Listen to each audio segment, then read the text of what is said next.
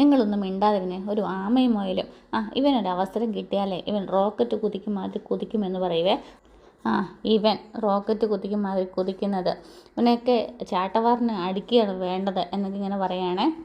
ഇവനൊക്കെ റോക്കറ്റ് കെട്ടുവെച്ചിട്ട് മേലോട്ട് വിടുകയും ചെയ്യണം. ഈ ദീപാവലിക്കും വിഷുവിനും ഒക്കെ കത്തിക്കുന്ന റോക്കറ്റിൻ്റെ കാര്യമാണോ നീ പറയുന്നത്? അത് കുറച്ച് പെട്ടെന്ന് ഇങ്ങനെ മേലോട്ട് പോയിട്ട് പിന്നെ അത് താഴോട്ട് തന്നെ പതിക്കുമെന്നിങ്ങനെ പറയുന്നുണ്ടേ. എടാ, എത്രയും പെട്ടെന്ന് തന്നെ നാട്ടിലൊരു ജോലി കണ്ടെത്താൻ നോക്കുക, അതാണ് നിനക്ക് നല്ലത് എന്നിങ്ങനെ അച്ഛൻ പറയുക. അപ്പോഴത്തേക്കും നമ്മുടെ ശ്രുതി ഒരു പാഴ്സലൊക്കെ ആയിട്ട് വരുവാണ്. അമ്മയെന്ന് വിളിച്ചുകൊണ്ടാണ് വരുന്നത്. അപ്പോഴത്തേക്കും നമ്മുടെ ശ്രുതി പറയുന്നുണ്ട്, ഒരു പാഴ്സൽ എന്തോ ഒരു സർപ്രൈസ് ഉണ്ടെന്ന് പറഞ്ഞു, അതുകൊണ്ടാണോ വന്നതെന്ന് ചോദിക്കുക. അതേന്ന് പറയും കേട്ടോ. എന്താ കാണട്ടെ എന്നും പറഞ്ഞുകൊണ്ട് നമ്മുടെ ശ്രുതി ഇങ്ങനെ ചോദിക്കുവേ. അന്നേരത്തേക്കിന് അമ്മ, ഇത് ശ്രുതിക്കല്ല, ഇത് അമ്മയ്ക്കാന്ന് പറയും കേട്ടോ. എനിക്കാണോ എന്നും പറഞ്ഞുകൊണ്ട് കയ്യിലോട്ടൊക്കെ കൊടുക്കുവേ. കൊടുത്തിട്ട് എനിക്കിപ്പോൾ എന്തിനാ സർപ്രൈസ്, വലിയ ഫംഗ്ഷനോ വല്ലതും ഉണ്ടോ എന്നൊക്കെ ചോദിക്കും കേട്ടോ നമ്മുടെ ശ്രുതി. ഫംഗ്ഷനൊന്നും ഇല്ല, എന്നാലും ഇത് മലേഷ്യയിൽ നിന്ന് ഇളയച്ചൻ അയച്ചു തന്നെന്ന് പറയും കേട്ടോ നമ്മുടെ ശ്രുതി. മലേഷ്യയിലെ സാരിയോ? മലേഷ്യയിലെ സാരി തന്നെ. ഇത് പ്രത്യേകമായിട്ട് ഹാൻഡ് വർക്കൊക്കെ ചെയ്തിട്ട് അവിടെ നിന്ന് അയച്ചു കൊടുത്തു വിട്ടാന്ന് പറയുവേ. അപ്പോൾ നമ്മുടെ അച്ഛൻ പറയുന്നുണ്ട്, ഇവിടെ നിന്ന് അയച്ചു കൊടുക്കുന്നതാണ് മലേഷ്യയിൽ, എന്നിട്ട് അവിടെ നിന്ന് കൊണ്ടുവന്നോ, ഇതിലും പേര് ഇവിടെ നിന്ന് മേടിച്ച് കൊടുത്താൽ മതിയായിരുന്നു എന്നൊക്കെ ഇങ്ങനെ പറയുന്നുണ്ട്. ആൻറ്റിക്ക് ഈ കളറ് ചേരും, അതുകൊണ്ട് ആൻറ്റി ഇതൊന്ന് വെച്ച് നോക്കാം എന്ന് പറഞ്ഞിട്ട് എല്ലാം ഓപ്പണൊക്കെ ചെയ്തിട്ട് നമ്മുടെ അമ്മയുടെ, ചന്ദ്രമതി അമ്മയുടെ ഷോൾഡറിലൊക്കെ ഇങ്ങനെ വെച്ച് നോക്കും കേട്ടോ. നല്ല ചന്തമുണ്ട് എന്നൊക്കെ ഇങ്ങനെ പറയുകയാണേ. ഇങ്ങനെ സംസാരിച്ചുകൊണ്ടിരിക്കുമ്പോൾ ചന്ദ്രമതി അമ്മ സാരിയൊക്കെ എടുത്തൊന്ന് മണത്ത് നോക്കുവാണേ. മണത്ത് നോക്കുമ്പോഴത്തേക്കിനും ഇതെവിടുന്ന് ഈ മുല്ലപ്പൂ മണം വരുന്നതെന്ന് ചോദിക്കും കേട്ടോ. അപ്പം വീണ്ടും സാരി ഇങ്ങനെ മണത്ത് നോക്കുവാണേ. മുല്ലപ്പൂവിൻ്റെ മണമോ, ഇതെവിടുന്നാ എന്നിങ്ങനെ പറയും. അപ്പോഴത്തേക്കും നമ്മുടെ രേവതി ഉള്ളിലോട്ട് കയറി വരും കേട്ടോ. അപ്പോഴത്തേക്കും നമ്മുടെ ശ്രുതി പറയുന്നുണ്ട്, ഇപ്പം ആൻറ്റിക്ക് മനസ്സിലായില്ലേ മുല്ലപ്പൂവിൻ്റെ മണം എവിടുന്നാണ് വന്നതെന്ന് എന്ന് പറയുവേ. അപ്പോൾ നോക്കുമ്പോഴത്തേക്കിനും രേവതിയുടെ തല നിറച്ച് മുല്ലപ്പൂ ഇരിക്കുകയാണല്ലോ. അപ്പോഴത്തേക്കും നമ്മുടെ ചന്ദ്രമതി അമ്മ ഇറങ്ങി അവരുടെ രേവതിയുടെ മുടിയെ ചെന്ന് നോക്കുവാണേ. എന്നിട്ട് പറയുകയാണല്ലോ, നിൻ്റെ കടയിലുള്ള പൂ മുഴുവൻ, ഒരു കൊട്ടക്കണക്കിനുള്ളത് മുഴുവൻ നീ എടുത്ത് തലയെ ചുറ്റിക്കെട്ടി വെച്ചേക്കുവാണോ? അവിടെ ആൾക്കാരൊന്നും ചോദിക്കാൻ വന്നില്ല എന്നൊക്കെ ഇങ്ങനെ ചോദിക്കും കേട്ടോ. അന്നേരത്തേക്ക് നമ്മുടെ രേവതി പറയുന്നുണ്ട്, ഇതെനിക്ക് എൻ്റെ ഭർത്താവ് സജ്ജിയേട്ടൻ മേടിച്ച് തലയിൽ വെച്ച് തന്നതാന്നൊക്കെ പറയുവേ. സച്ചിയോ നിനക്കോ എന്നൊക്കെ പറയുന്നുണ്ട് കേട്ടോ. അന്നേരത്തേക്കിന് നമ്മുടെ സച്ചി ഓടി ഇങ്ങനെ വരികയാണ്. അച്ഛ വന്നേ ഒരു കാര്യം കാണിച്ചു തരാമെന്ന് പറഞ്ഞാൽ അച്ഛനെ വിളിക്കുന്നുണ്ട്. കൂടത്തിൽ തന്നെ എല്ലാവരെയും വിളിക്കുന്നുണ്ട്. വാ ശ്രുതി എവിടെ, വർഷ എവിടെ, അമ്മ എവിടെ, ബാ ഒരു കാര്യം കാണിച്ചു തരാം, നിങ്ങൾ വാന്നും പറഞ്ഞുകൊണ്ട് വിളിക്കുന്നുണ്ട്. നമ്മുടെ ശ്രുതി അപ്പോഴത്തേക്കിനും അവിടെ തന്നെ ഇരിക്കുക കേട്ടോ, എണീക്കുന്നില്ല. അന്നേരത്തേക്കും നമ്മുടെ അച്ഛൻ ശ്രുതിനെ വാടാ, അവൻ എന്തോ കാണിക്കാൻ വിളിക്കുകയല്ലേ വാന്നും പറഞ്ഞുകൊണ്ട് എല്ലാവരും കൂടെ വെളിയിലോട്ട് ഇറങ്ങി പോകും കേട്ടോ. എന്നിട്ട് നമ്മുടെ വീടിൻ്റെ ഫ്രണ്ടിൽ ഇങ്ങനെ വന്ന് നിൽക്കുകയാണ്. നിങ്ങളെല്ലാവരും ഇവിടെ നിൽക്കും പറയേ. എടാ നീ എന്താടാ ഈ പറയുന്നതെന്നൊക്കെ ചോദിക്കും കേട്ടോ. അതിനകത്തേക്കിനും രേവതി വാന്നും പറഞ്ഞുകൊണ്ട് നമ്മുടെ രേവതിനെയും വിളിച്ചുകൊണ്ട് ഗേറ്റിൻ്റെ അവിടെ പോയിട്ട് ഗേറ്റ് ഇങ്ങനെ ഓരോ 2 പേരും അപ്പുറത്തും ഇപ്പുറത്ത് നിന്നിട്ട് നമ്മുടെ ഗേറ്റ് ഇങ്ങനെ തുറക്കും കേട്ടോ. നമ്മുടെ ഗേറ്റ് ഇങ്ങനെ തുറങ്ങുമ്പോഴത്തേക്കും നമ്മുടെ വണ്ടി ഇങ്ങനെ നടുക്ക് പൂമാലയൊക്കെ ആയിട്ട് കൊമ്പനെ പോലെ ഇങ്ങനെ നിൽക്കുക കേട്ടോ. അത് കാണുമ്പോഴത്തേക്കിനും അച്ഛന് ഭയങ്കര സന്തോഷമാവുമേ. അന്നേരത്തേക്കിനും നമ്മുടെ ചന്ദ്രമതി അമ്മയുടെ മുഖമൊക്കെ ഒന്ന് വേർക്കും കേട്ടോ. ഇതെന്തോ സംഭവം ഇങ്ങനെ നോക്കിയിട്ട്. ശ്രുതിക്കാണെങ്കിൽ ഒട്ടും ഇഷ്ടപ്പെടുത്തില്ല. ശ്രുതിയാണെങ്കിൽ ഇങ്ങനെ നോക്കിക്കൊണ്ട് നിൽക്കുകയാണ്. വർഷയുടെ മുഖത്ത് ചെറിയൊരു സന്തോഷമൊക്കെ ഉണ്ട് കേട്ടോ. അപ്പോഴത്തേക്കിനും ഇത് കാണാനാണോ നീ വിളിച്ചത്? എൻ്റെ ആധാരം വെച്ച് പണയപ്പെടുത്തിയ ഒരു കാശ് കൊണ്ട് കാറ് മേടിച്ചതാണ്, അത് നശിപ്പിച്ചു. ഇത് വല്ലവരുടെ എന്നിട്ട് ആണ് ഇപ്പോൾ ഓട്ടോ ഓടിക്കുന്നത്. അത് കഴിഞ്ഞിട്ടാണ് ഇപ്പോൾ ഏതോ വാടകയ്ക്ക് കാറ് എടുത്തുകൊണ്ട് വന്നിരിക്കുക. ഇത് കാണിക്കാനാണോ ഞങ്ങളെ ഇങ്ങോട്ട് വിളിച്ചതെന്നൊക്കെ ഇങ്ങനെ ചന്ദ്രമതി അമ്മ ചോദിക്കുവേ. അന്നേരത്തേക്കിനും നമ്മുടെ ശ്രുതിയും പറയുന്നുണ്ട്, ഇതിന് ഞങ്ങളെ കണ്ടിട്ട് ഞങ്ങൾ സന്തോഷിക്കുന്നത്, ബാബ പോകാമെന്നൊക്കെ പറയേ. അന്നേരത്തേക്കിനും നമ്മുടെ സച്ചി പറയുന്നുണ്ട്, അല്ല അച്ഛാ, ഇത് എൻ്റെ കാറാണ് അച്ഛാ, ഇത് സച്ചിയുടെ കാറാണ് അച്ഛാ, സച്ചിയുടെ സ്വന്തം കാറ് എന്നൊക്കെ ഇങ്ങനെ പറയുവേ.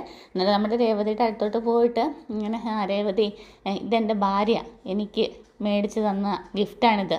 ഞാൻ അമ്പലത്തിൽ രാവിലെ എന്നെ കൊണ്ടുപോയി അവിടെ ചെന്ന് പൂജിച്ചിട്ട് താക്കോൽ തരുമ്പോഴാണ് ഞാൻ ഈ വിവരങ്ങളൊക്കെ അറിയുന്നതെന്ന് പറയേ.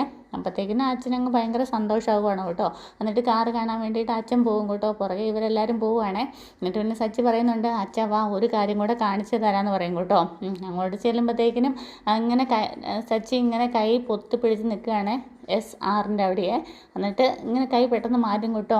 ഈ SR എന്താണെന്ന് ചോദിക്കും കേട്ടോ. ഇത് സച്ചിയുടെ എസ്സും രേവതിയുടെ ആറുമാണെന്നൊക്കെ പറയുവേ. അപ്പോഴത്തേക്കിനും ബാക്കിയുള്ളവർക്കൊന്നും അത്രയ്ക്ക് സന്തോഷമൊന്നും വരുന്നില്ല കേട്ടോ. നമ്മുടെ ചന്ദ്രമതി അമ്മയാണെങ്കിൽ ഇതെല്ലാം കണ്ടു കഴിഞ്ഞപ്പോഴത്തേക്കിനും ശ്രുതിനെ ഇങ്ങനെ ദേഷ്യത്തോടെ നോക്കുന്നുണ്ട്. ശ്രുതി ആണെങ്കിലും നമ്മുടെ ചന്ദ്രമതി അമ്മേനെ ഇതെല്ലാം കാണുമ്പോഴത്തേക്കും ഇങ്ങനെ നോക്കിക്കൊണ്ടിരിക്കുക കേട്ടോ. പിന്നീട് എല്ലാവരും കൂടെ ഉള്ളിലോട്ടൊക്കെ വരുവേ. പിന്നെ കാണിക്കുന്നത് നമ്മുടെ ചന്ദ്രമതി അമ്മ നമ്മുടെ ശ്രുതിനെ ക്രോസ് വിസ്താരം ചെയ്തുകൊണ്ടിരിക്കുകയാണ്. നീ ഒരൊറ്റ ആൾ വിചാരിച്ചാൽ മതി, ശ്രുതിയും ഇതിനെക്കഴിഞ്ഞ് നല്ല പവറിൽ ജീവിക്കാനായിട്ട് സാധിക്കും. നീ നിൻ്റെ അച്ഛനോട് പറ ശ്രുതിക്ക് എന്തെങ്കിലും നല്ലൊരു ജോലി മേടിച്ച് കൊടുക്കുന്നതിന് വേണ്ടിയിട്ട് എന്നൊക്കെ പറയുവാണ്. നീ ഒരൊറ്റ ഒരാൾ വിചാരിച്ചാൽ മതി, ഈ കാര്യങ്ങളെല്ലാം നടക്കും എന്നൊക്കെ പറയുമ്പോഴത്തേക്കും നമ്മുടെ ശ്രുതി ചോദിക്കുന്നുണ്ട്, ഞാൻ എന്ത് വിചാരിക്കാൻ ആൻറ്റി എന്നൊക്കെ പറയുവേ. എത്ര സ്ഥലത്ത് ശ്രുതി ജോലിക്ക് പോയതാണ്, എന്നിട്ട് അവിടെ ഒന്നും നിൽക്കാതെ പെട്ടെന്ന് ജോലിയെല്ലാം കളഞ്ഞിട്ട് ഇങ്ങോട്ടേക്ക് വരികയല്ലേ, അതിന് ഞാൻ എന്ത് ചെയ്യാൻ ആൻറ്റി എന്ന് പറയുക. അതിന് നീ തന്നെ വിചാരിച്ചാൽ മതി. നിൻ്റെ അങ്കിളില്ലേ, എനിക്ക് സാരി മേടിച്ച് തന്ന അങ്കിള്, ആ അങ്കിളിനെ നീ ഇപ്പോൾ വിളിക്കും, ഞാനിപ്പോൾ സംസാരിക്കാമെന്ന് പറയും കേട്ടോ. നേരത്തേക്കിനും ശ്രുതി അങ്ങ് ആകെപ്പാടെ ഇങ്ങനെ വേർക്കുക കേട്ടോ. ഇപ്പോൾ ആരെ എങ്ങനെ വിളിക്കുന്നതെന്നൊക്കെ ആലോചിച്ചിട്ട് അപ്പോഴത്തേക്കിനും ആൻറ്റി അത് ഞാൻ എന്നൊക്കെ ഇങ്ങനെ പറയുകയാണ്. എന്നിട്ട് നീ ഇപ്പോൾ ഒന്നും പറയണ്ട, നീ അങ്കിളിന് ഇപ്പോൾ വിളിച്ചതാന്ന് പറയേ. ആൻറ്റി അത് ഞാനിപ്പോൾ അങ്കിള് ടൂറിന് എവിടെയെങ്കിലും പോയിരിക്കായിരിക്കും, തിരക്കായിരിക്കും, നീ ഒന്നും പറയണ്ട, നീ ഇപ്പോൾ വിളിച്ച് തന്നേ പറ്റുള്ളൂ എന്നൊക്കെ പറയും കേട്ടോ. ആൻറ്റി ഒരു നിമിഷം ഞാനൊന്ന് സംസാരിക്കട്ടെ ആദ്യം, അതിന് ശേഷം ആൻറ്റിക്ക് തരാമെന്ന് പറയും കേട്ടോ. എന്നിട്ട് ഞാൻ സംസാരിച്ചതിന് ശേഷം ആൻറ്റിയുടെ അടുത്ത് തീർച്ചയായിട്ടും പറയാമെന്നൊക്കെ പറയേ. ഇന്ന് തന്നെ വേണമെന്ന് പറഞ്ഞിട്ടാണ് നമ്മുടെ ചന്ദ്രമതി അമ്മ അങ്ങോട്ടേക്ക് പോകുന്നത്. എന്നിട്ട് ഡോറിൻ്റെ അവിടെ പോയിട്ട് പിന്നെ തിരിച്ചു വരുവേ. ശ്രുതി, ഇത് നിനക്ക് വേണ്ടിയിട്ടാണ്, നിങ്ങളുടെ ഭാവിക്ക് വേണ്ടിയിട്ടാണ് എന്നൊക്കെ പറഞ്ഞിട്ട് വാണിംഗ് കൊടുത്തിട്ട് പിന്നെയും തിരിച്ച് പോകുന്നത്. അപ്പോഴത്തേക്കും നമ്മുടെ ശ്രുതി അവിടെ നിന്ന് ഉരുകുക കേട്ടോ. ഇനി എന്ത് ചെയ്യണമെന്ന് അറിയാൻ വയ്യാതെ ശ്രുതി ഇങ്ങനെ പതിയെ നമ്മുടെ കിച്ചണിലേക്ക് വരുവാണ്. അപ്പോൾ കിച്ചണിൽ നമ്മുടെ രേവതി ഇങ്ങനെ ചായ ഉണ്ടാക്കിക്കൊണ്ടിരിക്കുകയാണ് കേട്ടോ. എന്നിട്ട് രേവതിയുടെ അടുത്ത് വന്നിട്ട് ശ്രുതി പറയുന്നുണ്ട്, രേവതി എനിക്ക് ചായ ഉണ്ടാക്കുവാണെന്ന് ചോദിക്കും. ആ ചായ ഉണ്ടാക്കുവാണ്, എനിക്കും കുറച്ച് ചായ വേണം, നല്ല തലവേദനയെന്ന് പറയുവേ.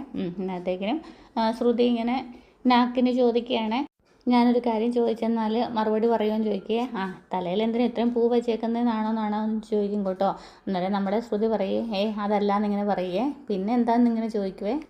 അല്ല അതല്ല, പുതിയ കാറ് എങ്ങനെ എത്തിയതെന്ന് അറിയാനാണ് പറയും കേട്ടോ. എന്നത്തേക്കും രേവതി പറയും, പുതിയ കാറ് എങ്ങനെ വരാനാ, അത് സച്ചേട്ടൻ ഓടിച്ചുകൊണ്ട് വന്നു എന്നിങ്ങനെ പറയും കേട്ടോ. അതെനിക്ക് മനസ്സിലായി, ഓടിക്കാതെ കാറ് തന്നെ ഓടി വരില്ലല്ലോ.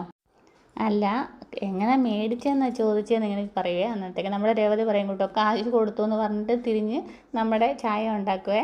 അല്ല ആരും വെറുതെ തരത്തില്ലെന്ന് എനിക്കറിയാമെന്ന് ഇങ്ങനെ ശ്രുതിയും പറയുവേ. അല്ല സെക്കൻഡ് ഹാൻഡ് മേടിച്ചാൽ പോലും ഒരു 3-4 ലക്ഷം രൂപയൊക്കെ ആവത്തില്ലെന്ന് ഇങ്ങനെ ചോദിക്കുകയാണേ. എങ്ങനെ വന്നാലും ഒരു 3-4 ലക്ഷം രൂപ ഉണ്ടാവുമല്ലോ സെക്കൻഡ് ഹാൻഡ് ആണെങ്കിലും. അതെങ്ങനെ നിനക്ക് കൊടുക്കാൻ പറ്റിയെന്ന് ഇങ്ങനെ ചോദിക്കുക. എങ്ങനെയാണെന്ന് ചോദിച്ചാൽ മാലയ്ക്ക് ഓർഡർ ഉണ്ടായിരുന്നല്ലോ, അതിൽ നിന്ന് കിട്ടിയ പൈസയ്ക്കാണ് കൊടുത്തതെന്ന് ഇങ്ങനെ പറയും കേട്ടോ. അന്നത്തേക്കും നമ്മുടെ വർഷം ഇതെല്ലാം വന്ന് ഒളിഞ്ഞെന്ന് കേൾക്കുന്നുണ്ടേ. അതുവഴി വന്നപ്പോൾ കേട്ടതാണ് കേട്ടോ ഇവരുടെ സംസാരം. ഒരു പൂമാല കിട്ടിയാൽ കാറ് മേടിക്കാനുള്ള പൈസയൊക്കെ കിട്ടുമോ എന്നൊക്കെ ഇങ്ങനെ ചോദിക്കും കേട്ടോ.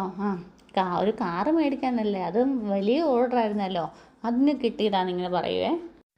500 മാലയല്ലേ കിട്ടിയത്, അതിൽ നിന്ന് എന്ത് കിട്ടാനാ, ചുമ്മാ തള്ളല്ലേ എന്നിങ്ങനെ ശ്രുതി പറയുവേ. ഞാൻ എന്തിനാ കള്ളം പറയുന്നത്, മാല കിട്ടിയ കാശ് കൊണ്ട് തന്നെയാണ് കാർ വാങ്ങിയത് എന്നിങ്ങനെ പറയുമ്പോഴത്തേക്കിനും ശ്രുതി ഇങ്ങനെ അന്താളിച്ച് നിൽക്കുന്നിടത്താണ് ഇന്നത്തെ എപ്പിസോഡ് അവസാനിക്കുന്നത്. അപ്പോൾ ചാനൽ ഇഷ്ടമായെങ്കിൽ സബ്സ്ക്രൈബ് ചെയ്യാനും ഷെയർ ചെയ്യാനും കമൻറ്റ് ചെയ്യാനും മറക്കരുത്. Okay, thank